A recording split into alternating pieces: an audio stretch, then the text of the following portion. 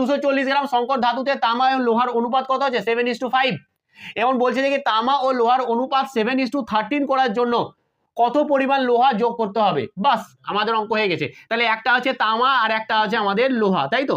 ঠিক আছে, তামা এবং আমাদের লোহার অনুপাত কত বলে দিয়েছে 7:5। এখন হবে কত যোগ করার পর 7:13। তাহলে দেখো আমি তামা কিন্তু মেশাইনি, মেশানো হয়েছে কি লোহা। তার মানে আমার এই জায়গাটা ঠিকই আছে, মানে এতটুকু হয়ে গেল, মানে অঙ্ক আরো সহজ হয়ে গেল, একদম জলের মতন হয়ে গেল। তাহলে মেশানো হয়েছে কি, মেশানো হয়েছে আমাদের লোহা, তাই তো? তামা সেম আছে, লোহা কত মিশেছে এখানে দেখো 5 ছিল 13 হয়েছে, মানে 8 বেশি হয়েছে।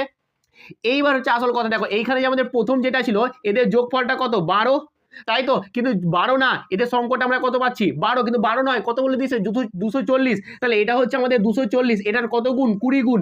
তাহলে মানে আমরা যেটা যোগ করেছি সেটাও আমরা 20 গুণ যোগ করব, সেটা হলো আমাদের কত 160 গ্রাম। বোঝা গেছে? যেটা হচ্ছে আমাদের কি, যেটা হচ্ছে আমাদের অপশন এ, অপশন